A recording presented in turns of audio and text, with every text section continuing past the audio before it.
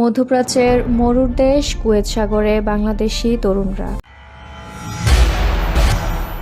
Kuwait প্রতিনিধি Naser Abu খালেদের video চিত্রে দেখুন বিস্তারিত।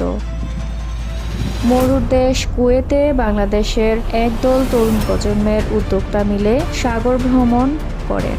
উক্ত ভ্রমণে সেখানে তারা আনন্দের মুহূর্তগুলো, নাচ, গান, ভিন্ন ভিন্ন খেলায় মগ্ন এবং সাগর ভ্রমণে তারা কুয়েতের পুরাতন দ্বীপ দেখতে যায়। প্রায় 1 ঘন্টা তারা সমুদ্রের মাঝে উঁকি দেওয়া সূর্যসহ মাছ ধরার দৃশ্য দেখে সময় কাটায়।